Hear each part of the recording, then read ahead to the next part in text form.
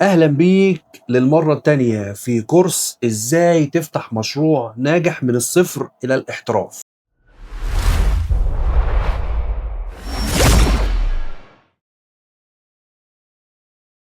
طالما قررت تاخد الكورس ده يبقى أنت نفسك تفتح مشروع بس مش عارف تروح فين ولا تيجي منين ولا تعمل إيه بالظبط. عايز أقول لك إن أنت في المكان الصح. سريعا كده في المحاضرة اللي فاتت قلت لك هعلمك إزاي تعرف على المشكلة والفرصة وتحولها لفكرة، وإزاي تستخدم أدوات التفكير الإبداعي علشان تحول الفكرة دي من فكرة عادية لفكرة إبداعية، وكمان إزاي تعمل بيزنس موديل عشان يحول الفكرة بتاعك ديت لقيمة تقدمها للعملاء. مش بس كده، قلت لك هعلمك ازاي تدرس السوق والمنافسين وتعمل تحليل داخلي وخارجي وتحليل اصوات اناليسيس، وتعرف ايه اللي ممكن يميزك عن المنافسين وايه اللي ممكن يميزهم عنك، وازاي تكتشف الفرص اللي موجوده في السوق وتستغلها قبل اي حد، وكمان ايه هي الاستراتيجيات اللي بتستخدمها الشركات الكبيره علشان تميز نفسها. وكمان قلت لك هاخدك كمان في حته تسويقيه بحته، وهعلمك ازاي تعمل براندنج وبوزيشننج صح، من اول اختيار الاسم واللوجو والالوان وكل التفاصيل الصعبه الملعبكه دي اللي احنا بنحتاج نجيب فيها شركات علشان يساعدونا فيها. وكمان هعلمك ازاي تجيب تمويل ومنين، وازاي تعمل بيزنس بلان ناجح يجذب من المستثمرين ويخليهم هم اللي يجروا وراك مش انت اللي بتجري وراه. وقلت لك ان كل ده هيبقى خطوه خطوه كجزء اكاديمي ومعاه امثله عمليه على ارض الواقع. دلوقتي بتقول لنفسك طالما انت شوقتنا كده، طب ما تقول لنا بقى ازاي نجيب فكره وازاي نعمل مشروع ونشتغل. قلت لك ما تستعجلش، لازم نمشي خطوه خطوه. في المحاضره دي هقول لك ايه الاساسيات اللي انت محتاجها قبل ما تبدا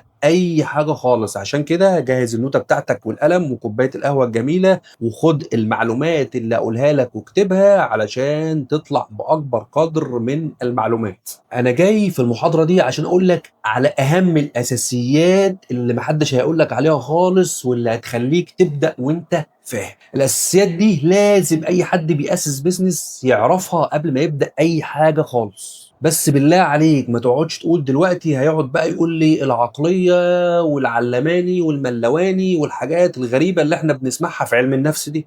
صحيح مش هقول لك كده خالص والله، بس لازم تعرف حاجة مهمة جدا، ان اهم حاجة بتفرق الشخص الناجح الغني ورائد الاعمال عن الشخص العادي هي العقلية فعلا. وهنا في المحاضرة دي مش هقعد اقول لك كلام خالص عن التنمية البشرية وازاي تطور من ذاتك وازاي تبقى برنس والكلام ده كله خالص، بس لازم تعرف ان اهم كتب ريادة الاعمال واشهرها كانت بداية فصولها بتتكلم عن العقلية. وهنا انا هكلمك سريعا عن عقلية رائد الاعمال، وهقول لك على بعض القواعد كده والاساسيات اللي لازم تحطها في دماغك ولازم تركز فيها عشان تغير طريقة تفكيرك من شخص عادي لشخص رائد اعمال. وعلى بركة الله يلا نقول القواعد. اول قاعدة معانا انا بسميها القاعدة الصفرية، يعني هي بتيجي في الاول قبل بدايه اي حاجه خالص. بتقول ايه القاعده الصفريه؟ القاعده الصفريه بتقول ان عقليه رائد الاعمال بتختلف تماما عن عقليه الشخص العادي. رائد الاعمال دايما بيدور على حل المشاكل وازاي يحولها لمنتج تدخله ربح. شخص مقبل على المخاطر، ما بيخافش، مرن، منفتح، حر،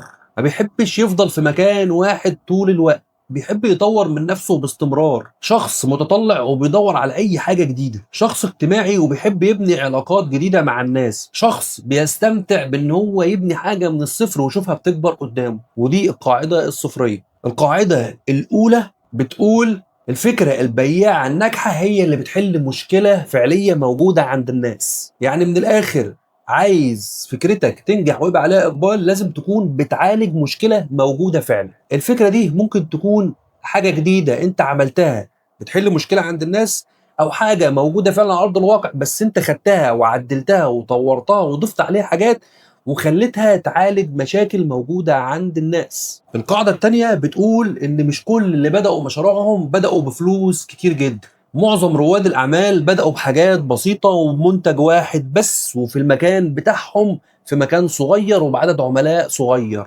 وبعد كده الموضوع بيتطور معاهم لما بيبقى فيه إقبال على المنتج وبيكبروا المشروع بتاعهم. عشان كده في خرافة بتقول إنك لازم يبقى معاك مبلغ كبير جدا عشان تفتح المشروع بتاعك، لكن الكلام ده غير صحيح تماما. انت ممكن تبدأ مبلغ صغير جدا وفي مكانك وبفلوسك وتعمل حاجة، بس أهم حاجة تكون زي ما قُلت لك من شوية بتعالج مشكلة موجودة عند الناس فعلًا. القاعدة التالتة بتقول إن مش كل اللي بدأوا مشاريعهم سابوا وظيفتهم وراحوا فتحوا المشروع خالص، أنت ممكن تبدأ بحاجة بسيطة، لمّا تبدأ بحاجة بسيطة مش هتبقى محتاج تسيب الوظيفة بتاعتك، هتبقى بتشتغل بعد دوام الوظيفة بتاعتك. طب إمتى تسيب الوظيفة؟ أسيب الوظيفة لمّا المشروع بتاعي يكبر ويبقى عليه إقبال كبير، ساعتها أنا لازم أخصص له وقت كبير جدًا، وغصب عني لازم أسيب كل اللي ورايا وأسيب الشغل اللي أنا فيه عشان أروح أتفرغ للمشروع بتاعي. بس خد بالك، أنت عمرك ما هتسيب الوظيفة بتاعتك وأنت لسه بتبدأ مشروعك، لأن كده أنت محتاج حاجة تدخّل لك دخل يساعدك ويسندك في المشروع بتاعك، وفي نفس الوقت أنت لسه بادئ، فما فيش إقبال كبير على المشروع بتاعك وعلى المنتج بتاعك. إنما إمتى تسيب الوظيفة؟ تسيب الوظيفة لمّا يبدأ المشروع بتاعك يكون محتاج وقت كتير منّك. القاعدة الرابعة، ما تخافش من الفشل، خاف من نفسك لو ما اتعلمتش من الفشل. من أهم الحاجات اللي بتوقّف أي شخص إن هو يفتح مشروعه خوفه من الفشل، خوفه من شكله قدّام الناس اللي حواليه. لمّا أعمل مشروع ويفشل الناس هتقول عليَّ فاشل، بالعكس أنت أي فشل بتتعرّض له هو نجاح في حد ذاته، لإنك بتتعلم من الفشل ده وما بتحاولش تكرره تاني، عكس الشخص اللي ما بيحاولش أصلًا. الشخص اللي ما بيحاولش ما بيتعلمش. عشان كده دايمًا بيقولوا اللي ما لوش قلب ما لوش رزق، وده معناه إنك لو أنت جبان وبتخاف من الفشل عمرك ما هتبدأ وهتعمل المشروع بتاعك. عشان كده توقّع الفشل مرة و2 و3 واعمل حسابك إنك عمرك ما هتنجح من أول مرة.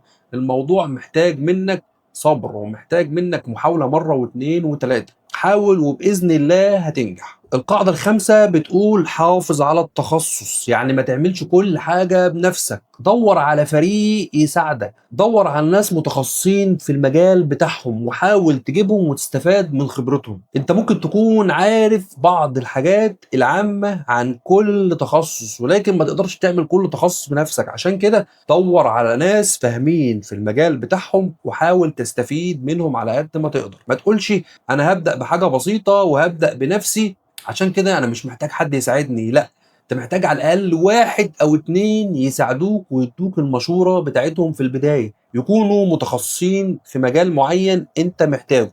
القاعدة السادسة بتقول توقّع كل حاجة، يعني توقّع النجاح الساحق وتوقّع برضه الفشل الساحق. توقّع النجاح الساحق إنك ممكن في أي وقت المنتج بتاعك يviral والناس كلها تبقى محتاجاه ويبقى عليه طلب كتير جدًا، عشان كده لازم تكون مستعد وجاهز لأي انتشار هيحصل في أي وقت. وعلى العكس توقّع الفشل الساحق، بمعنى إنك ممكن تنهار في أي وقت أو تفشل في أي وقت، عشان كده لازم تكون مستعد للفشل ده وجاهز إزاي تعالجه عشان تقوم أقوى من الأول. القاعدة السابعة والأخيرة بتقول ادرس علم الإدارة، واعرف إيه هي الأساسيات اللي أنت محتاجها علشان تبدأ مشروع ناجح، وده اللي هنتعلمه في الكورس بتاعنا. في الكورس بتاعنا أنا هادّيك الأساسيات والمبادئ والحاجات اللي تخلّيك تبدأ على أرض صلبة، وكمان توفّر عليك وقت ومجهود وفلوس كتير كانت هتضيع لو ما فهمتش الأساسيات دي. عشان كده باقول لك كمّل معانا الكورس بتاعنا، على إن الكورس بتاعنا هيساعدك إزاي تبدأ مشروع ناجح وأنت واقف على أرض صلبة وفاهم كل الحاجات اللي بتحصل حواليك. ومع السلامة وأقابلك في المحاضرة اللي بعدها إن شاء الله.